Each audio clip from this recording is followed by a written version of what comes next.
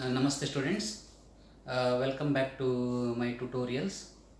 जनरहट जी के में आपका स्वागत है। मेरा नाम प्रभाकर। जैसे कि हम लोग बुक कीपिंग एंड अकाउंटेंसी का चैप्टर नंबर 1 फिनिश किए थे। लास्ट चैप्टर ट्यूटोरियल नंबर 8 में मैंने क्लोज भी किया था चैप्टर 1 को। सो फिर ऐसे ध्यान आया कि कुछ जैसे ईमेल चेक कर रहा था, कुछ ईमेल्स थे कुछ स्टूडेंट्स के कि वो एक्सरसाइज के लिए रिक्वेस्ट कर रहे थे। सोचा कि चलो एक्सरसाइज भी स्टार्ट उन लोगों के लिए जिसको जो स्कूल कॉलेज में नहीं जाता है, जो ऑनलाइन क्लासेस ऑनलाइन स्टडी करते हैं या कॉरेस्पॉन्डेंस कोर्स स्टार्ट किया हुआ है, वो लोगों को ध्यान में रखते हुए मैंने एक्सरसाइज भी सॉल्व करने के लिए ट्राई कर रहा हूँ। जिन्होंने ऑनलाइन कोर्स स्टार्ट किया है, ज्वाइन किया या करस्पॉन्डेंस स्टार्ट किया, वो लोगों को रियली में थोड़ा तकलीफ होता है क्योंकि वो ट्यूशन भी नहीं जाता है। उन लोगों के को ध्यान में रखते हुए और सब लोगों को यूज़ पे भी आएगा, ये मैंने एक्सरसाइज स्टार्ट किया है। Exercise chapter number 1, okay, exercise part 1, tutorial number 9, introduction to book keeping and accountancy.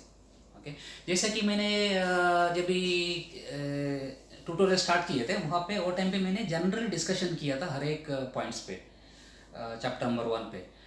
Actually definitions और बुक्स में जो फ्रेज सब है वो पढ़ के नहीं बताया था। मैंने रिक्वेस्ट किया था कि आप लोगों को आप बुक्स को पढ़े। जब ये एक्सरसाइज अगर स्टार्ट किया, इसमें मैंने वो डेफिनेशन एग्जैक्टली राइट किया हुआ है। कुछ कुछ सर्टेन क्वेश्चंस पूछा हुआ है उसमें एक्सरसाइज में, उसको मैं एक्सप्लेन कर रहा हूँ आज समरी।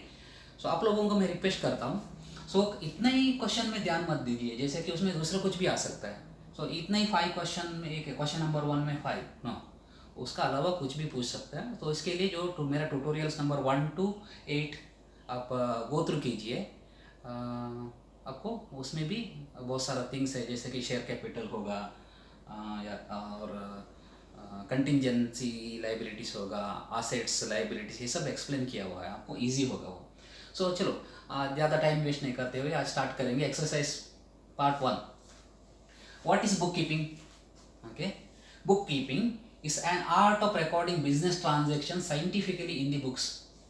जैसा कि ये बुक्स में एक रिकॉर्ड रखना, बुक्स मीन्स कंप्यूटर भी एक बुक्स है, उसको बोल सकते हैं हम लोग, जो सिस्टम्स है उसको। बुक्स मीन्स वो मैनुअल पेपर वाला बुक ही नहीं है, जो भी फॉर्मेट होगा उसको बुक्स बोलते हैं। Okay, what is meant by goods? Goods क्या है? Goods refers to merchandise, articles, commodities और things in which a trader trades और डील्स। जो बंदा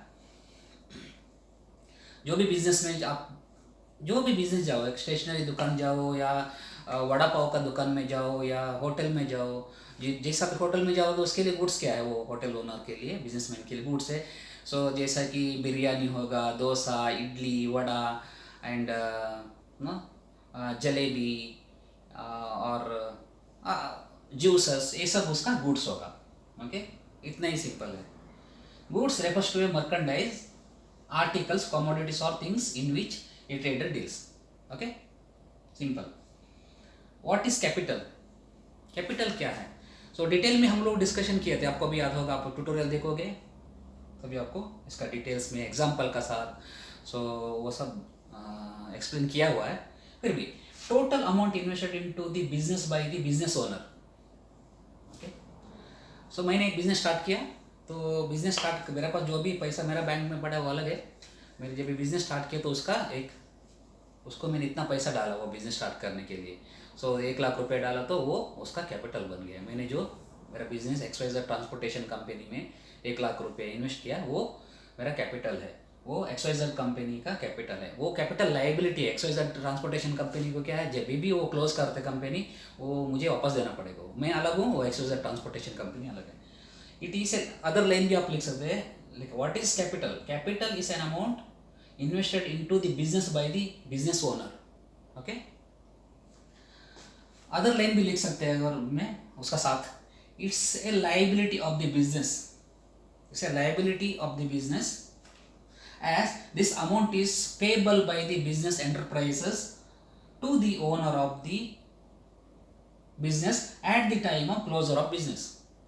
Okay, जब भी बिजनेस क्लोज करता है या वो कंपनी बंद करता है एक्सवाइजेड ट्रांसपोर्टेशन कंपनी, सो जैसे कि एक्सवाइजेड ट्रांसपोर्टेशन कंपनी हम एक बेसिक एग्जांपल लिए थे ट्यूटोरियल 1 से. ओके, सो वो कंपनी जब भी क्लोज करता है वो टाइम पे वो कंपनी का लाइबिलिटी है, वो पैसा मुझे वापस दे. ओके, वो कैपिटल है. What is drawing? Drawing means withdrawal.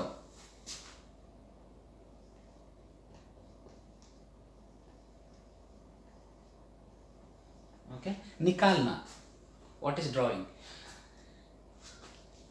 मैंने बिजनेस ओनर ने मैंने एक्सवाइजेड ट्रांसपोर्टेशन कंपनी में 1 लाख रुपीज़ डाला है. सो 3-4 दिन के बाद में मुझे पर्सनली कुछ प्रॉब्लम हुआ, मुझे पैसे की ज़रूरत पड़ा, मैं कंपनी से 1 लाख रुपीज़ में से 10,000 मैं निकाल दिया मेरा खर्चा के लिए. सो उसको ड्राविंग्स बोलता है. ओके, फिर कैपिटल कितना रह गया कंपनी का? 90,000 रह गया. ठीक है, वो अलग है. द अमाउंट ऑफ कैश और वैल्यू ऑफ गुड्स, कैश ही नहीं है, वैल्यू ऑफ गुड्स. अगर मैंने उसमें कुछ सामान ले लिया मेरा शॉप में से या मेरा बिजनेस में से, मैंने कुछ गुड्स मीन्स कुछ भी असेट्स. गुड्स मीन्स मेरा ट्रांसपोर्टेशन कंपनी का गुड्स था, व्हीकल था, वो मैंने यूज़ कर लिया 1-2 दिन के लिए. गुड्स और सर्विसेज. मेरा ऑफिस का अकाउंटेंट को मेरा पर्सनल अकाउंटेंट भी बना दिया, मेरा पर्सनल टैक्स अकाउंट भी उसको ही दे दिया. मैं सैलरी एक ही कंपनी से दे रहा हूँ, एक्सवाइजेड. वो अगर मैंने 10,000 सैलरी दे रहा हूँ मेरा अकाउंटेंट को, उसमें 2,000 प्रोपोर्शनेट, मैंने जितना वो बंदा अकाउंटेंट मेरे लिए पर्सनल अकाउंट के लिए कितना टाइम स्पेंड किया, वो प्रोपोर्शनेट रेट से. जैसा सर्विसेज इसके लिए मैंने मेंशन किया, वो अकाउंटेंट को मैंने पर्सनल अकाउंट देखने के लिए यूज़ किया या दूसरा बिजनेस में थोड़ा इन्वॉल्व करने के लिए बोला उसको जो salary 10,000 total XYZ transportation company से मैं उसको पे कर रहा हूँ, उसमें से 2,000 या 3,000 जैसा एस्टिमेट करके मैं उसको निकाल दूंगा. उसको वो विड्रॉल है. Okay, services. असेट्स, 3-4 लैपटॉप है एक्सवाइजेड ट्रांसपोर्टेशन कंपनी में, मैंने डाला था कंपनी में, बाई किया था कंपनी के लिए, उसमें से एक मैंने ले लिया मेरा पर्सनल यूज़ के लिए. सो वो असेट्स.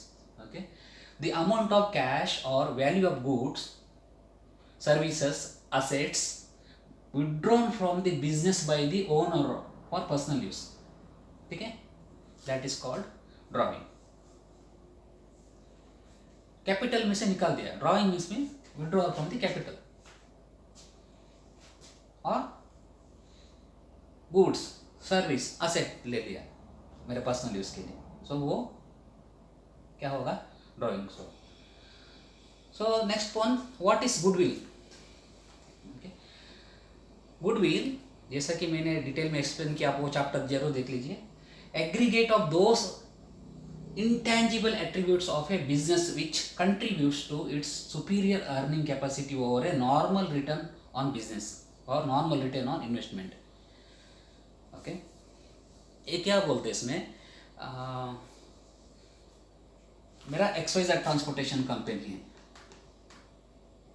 ओके,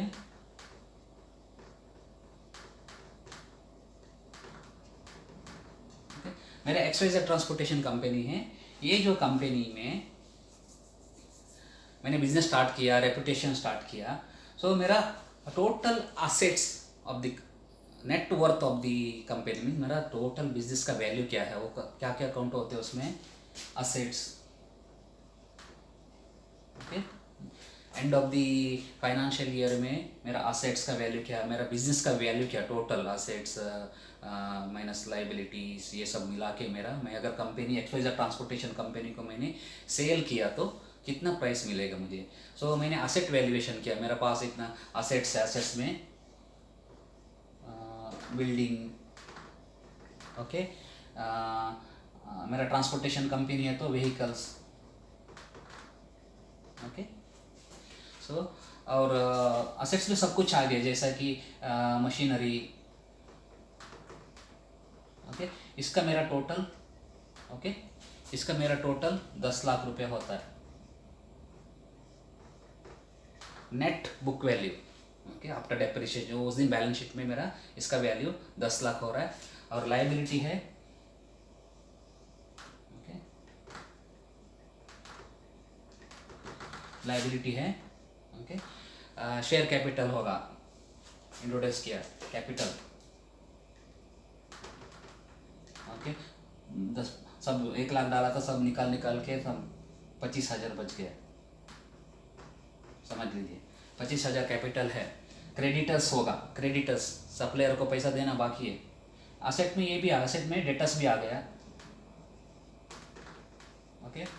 सो ऐसा इन्वेस्टमेंट्स जो भी है, सो कैपिटल, क्रेडिटर्स, ओके, 50,000 बाकी है, ओके। और अदर लोन, कंपनी ने कुछ छोटा मोटा लोन लिया था 25,000 का, राउंड ऑफ के लिए, कैलकुलेशन के में इजी होने के लिए मैं राउंड ऑफ फिगर ले लेता हूँ 25,000, ओके।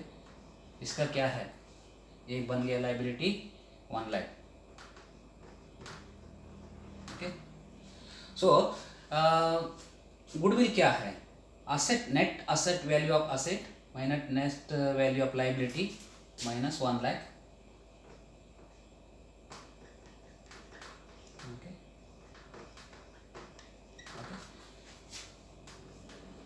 एग्जाम्पल, मेरा 9 लाख का वैल्यू है बिजनेस का, मैं जब ये ट्रांसपोर्टेशन कंपनी में सेल करने के लिए मेरा वैल्यूएशन किया प्रॉपर्टी का 9 लाख है, लेकिन मैं 9 लाख में सोल्ड नहीं करूँगा, उसको मैंने 15 लाख में सेल करूँगा,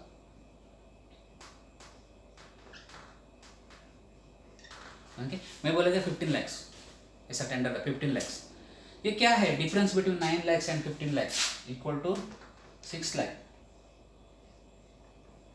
ओके, 6 लाख। क्योंकि मैं ये इसलिए एक्सप्लेन कर रहा हूँ यहाँ पे डिटेल में, क्योंकि वो जब भी मैंने गुडविल का एक्सप्लेनेशन दिया था वहाँ पे प्रॉपर एक्सप्लेनेशन नहीं दिया था मैंने, थोड़ा बहुत गड़बड़ हो उसमें, ठीक था लेकिन एग्जाम्पल का साथ नहीं हुआ था कैसा है करके। अभी आपको वो टाइम पे इसके लिए भी नहीं किया कि वो आप नए थे, स्टार्टिंग थे आपका, तो बहुत सारा कॉन्सेप्ट्स आपको पता नहीं था, इसके लिए ये सब टर्म्स यूज़ नहीं किया। अभी आप एक चैप्टर फिनिश कर लिया तो आपको थोड़ा बहुत आइडिया आया होगा बिजनेस क्या है, तो इसके लिए मैं एकदम डिटेल में इधर एक्सप्लेन कर रहा हूँ। सो 9 लाख का बिजनेस है मेरा, मैं 15 लाख में बेच रहा हूँ, 6 लाख का गुडविल है, वो दिखता नहीं, वो क्या है गुडविल, ओके। सो मेरा business reputation, image,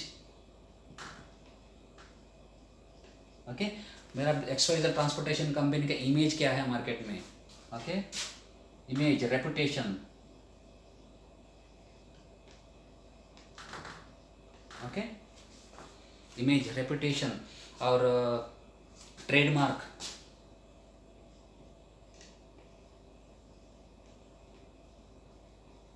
okay, trademark, market demand, okay. मैंने स्ट्रॉन्ग कस्टमर बेस क्रिएट किया हुआ है, मेरे पास इतना सारा क्लाइंट्स है, मेरा बिजनेस में इन्वॉल्व है, वो कंपनी का ट्रांसपोर्टेशन का जो बिजनेस में इतना हैप्पी है, इतना खुश है कि वो छोड़ नहीं देंगे, वो बोलेंगे मैं आपका साथ डील करूँगा, वो लोग मेरे से मेरा कॉन्ट्रैक्ट कैंसिल नहीं किया। So trademark, clients, debtors, clients, okay, clients interest. सो अगर मैं आँख बंद करके वो बिजनेस आज भी चलाऊंगा, मेरे को मैं पैसा कमा सकता हूँ। सो वो सब मिला के मैंने 15 लाख में भेज रहा हूँ। So goodwill is an intangible asset, okay, ये दिखता नहीं है। So intangible asset, aggregate of those intangible contributes, intangible attributes of a business which contributes to its superior earning capacity over a normal return on investment, okay. ये आप definition याद रख लीजिए, okay. ये अंडरस्टैंडिंग के लिए मैं एक्सप्लेनेशन किया। सो आप चाहिए तो इसका स्क्रीनशॉट ले सकता है, 1 सेकंड का टाइम देता हूँ मैंने, 1-2 सेकंड का।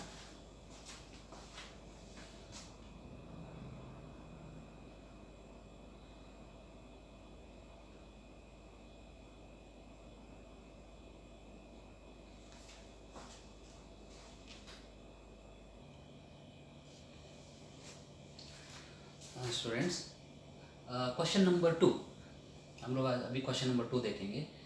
So exercise question number 2 part 1, tutorial part 1। इसमें बहुत सारा लाइंस पूछा है, उसको वन वर्ड में आंसर करना है। उसमें क्या लिखा है, give the word terms of S which can substitute each of the following statements. उसका मतलब एक लाइन पढ़ के उसका एक वन वर्ड आंसर देना है उसका, ओके, प्रेस देना है उसका। क्या है, recording of business transactions, okay, ये हम डिटेल में पढ़े ये सब। इसका आंसर है book keeping, okay. Recording of business transactions is called bookkeeping, like that, okay. Amount invested in the business by proprietor or owner, ये वर्ड भी आप ध्यान में लिखिए। देखिए, proprietor means owner, business owner। कभी ऐसा पूछ सकते हैं कि amount invested in the business by the owner, okay, here proprietors, ये दोनों वर्ड याद रखिए आप, एक ही है, okay, is called capital,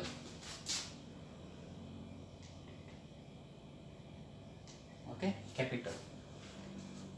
A person to whom amount is payable,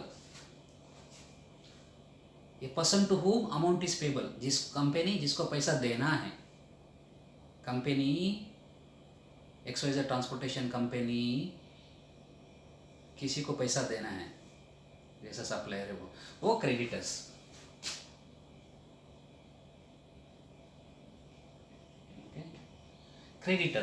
creditors में कोई भी हो सकता है, सप्लायर ही हो नहीं हो करके बोल नहीं सकते।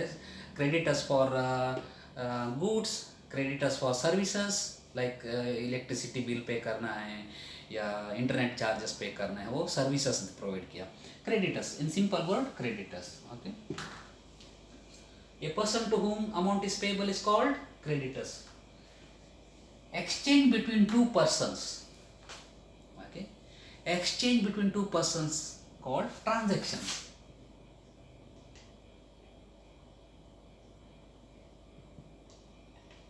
okay। transactions means क्या है, exchange between two persons, dealing between two persons also called transactions, ये ध्यान रखिए, exchange और dealing, okay। एग्जाम में पूछ सकते हैं dealing between two persons, okay, और exchange between two persons, okay.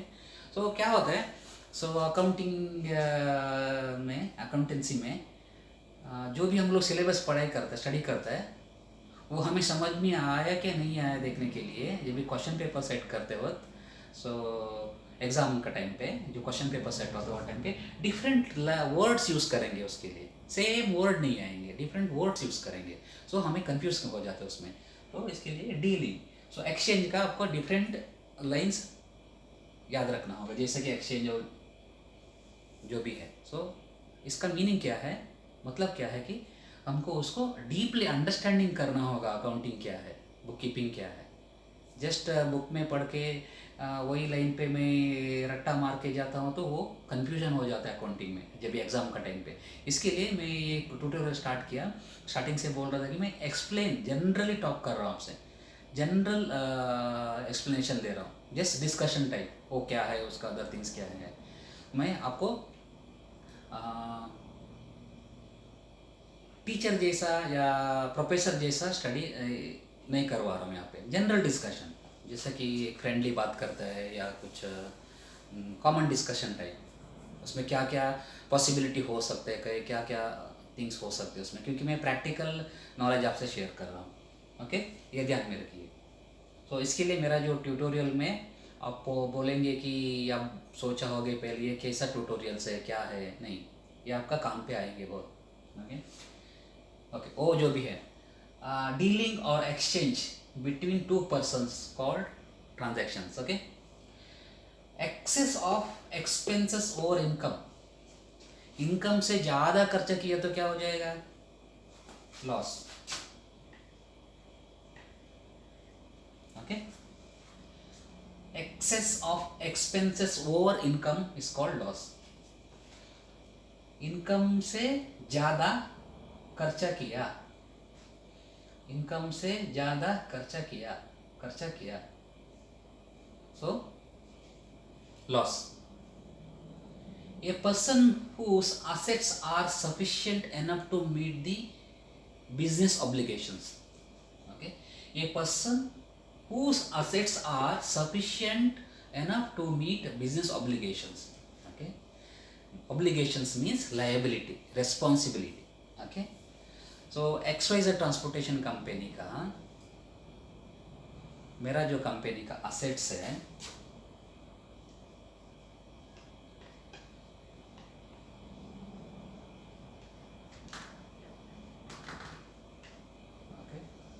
XYZ transportation company open है. सो XYZ ट्रांसपोर्टेशन कंपनी का असेट्स, ओके, असेट्स मेरा है 2 लाख रुपीस का असेट्स है. Sufficient enough to meet business obligation. Business obligations means liability.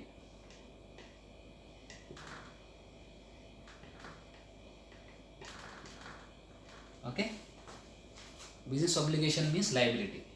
So मेरा assets are sufficient than liability. मेरा assets ज़्यादा है, liability कम है, responsibility कम है. जैसा कि मैंने कभी कंपनी को सेल करना है, बंद करना है वो टाइम पे और एनी टाइम में. सो 1 lakh. Okay, so a person whose assets are sufficient enough to meet business obligations is called solvent.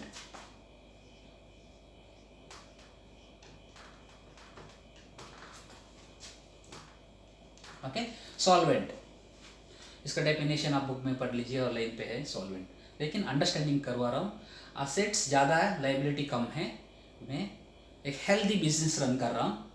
XYZ transportation solvent है, मैं एक अच्छी नींद ले सकता हूँ, सो सकता हूँ, टेंशन नहीं है, सॉल्वेंट.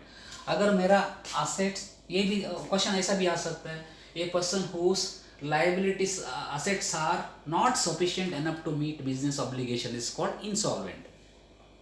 ओके, यहाँ पे सॉल्वेंट. अगर असेट 2 लाख, लाइबिलिटी 4 लाख, क्या होगा? इंसॉल्वेंट. ध्यान में रखिए, insolvent.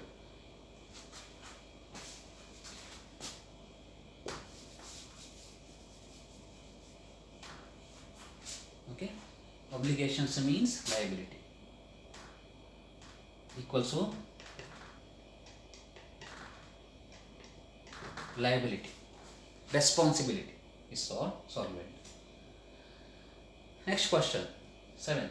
Bookkeeping is providing all required financial information to the businessman.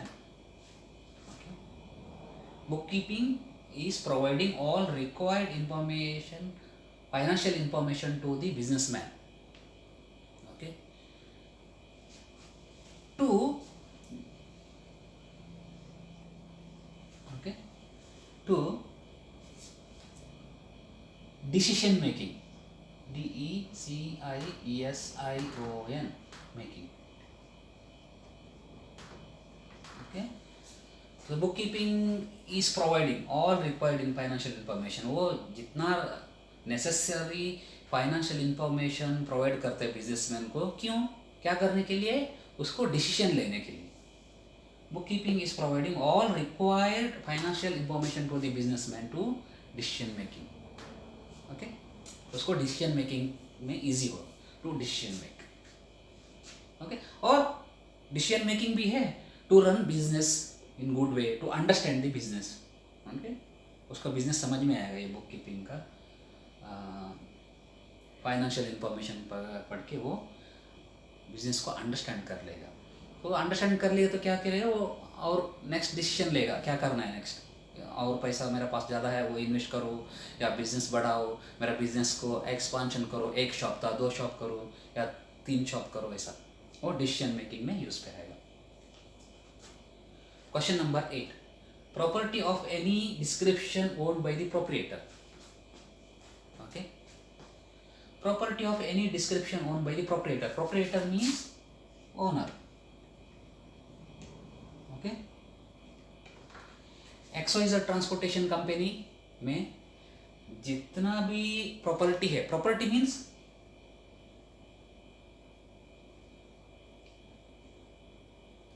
Means assets, इधर ही आंसर छुपा हुआ है। Okay, assets.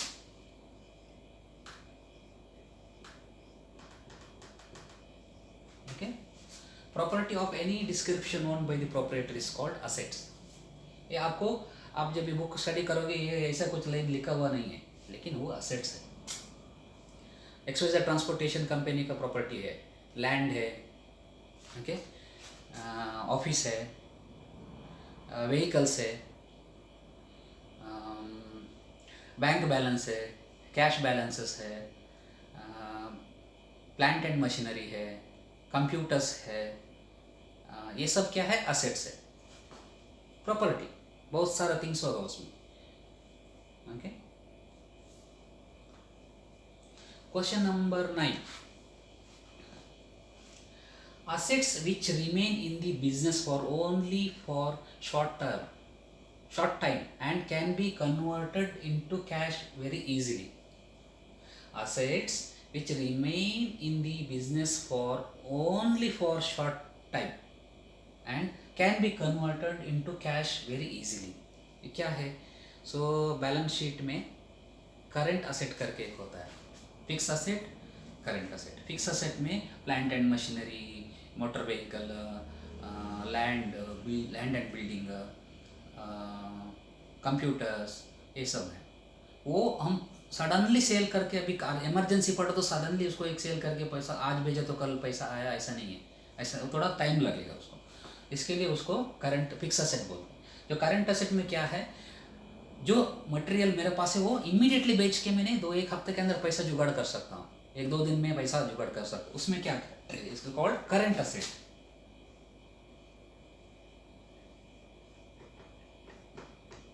Current asset,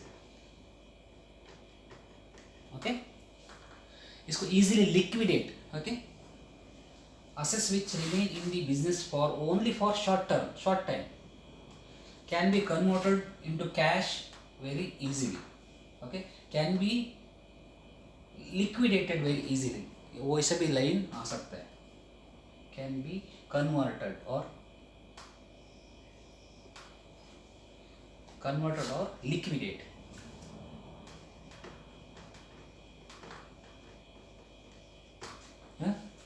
liquidate, उसको बेच लो। करंट असेट क्या है, इसका एग्जांपल्स, आंसर इतना लिखिएगा तो काफी है, लेकिन अंडरस्टैंडिंग के लिए आपको example,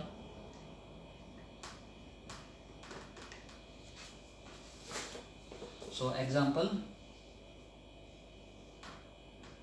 okay, stock, best example is stock, first and best example is stock. वो मेरा बिजनेस का है, मेरा आर्टिकल्स है, गुड्स है, वो कितना पड़ा है मेरा गोडाउन में, वो मैं बेच सकता हूँ, वो स्टॉक है। देन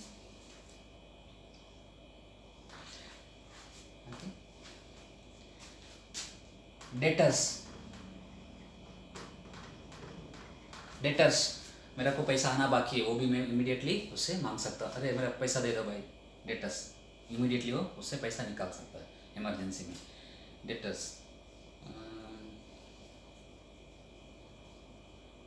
मैंने स्टाफ को या कुछ एडवांस दिया हुआ किसको,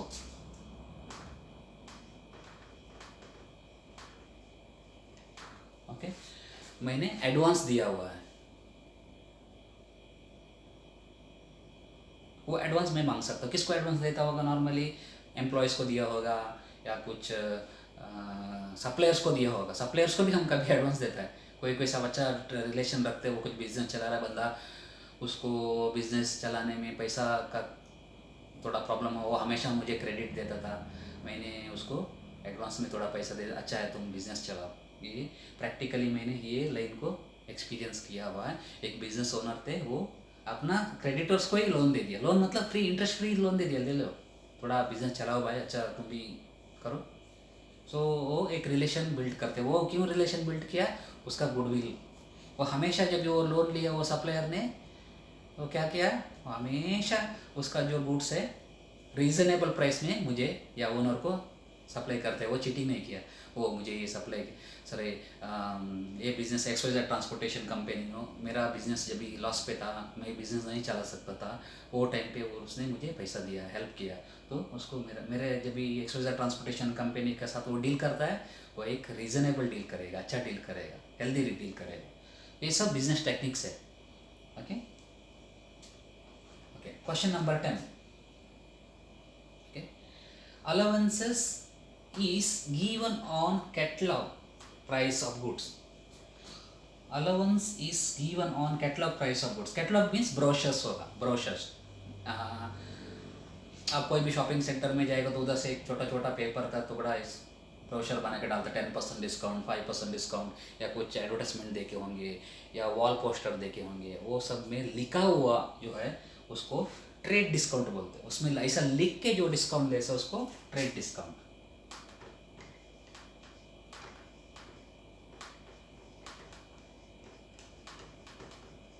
ओके, ट्रेड डिस्काउंट। ओके, आपको 1-2 मिनट का टाइम दे तो आपको इसको स्क्रीनशॉट ले सकते हो।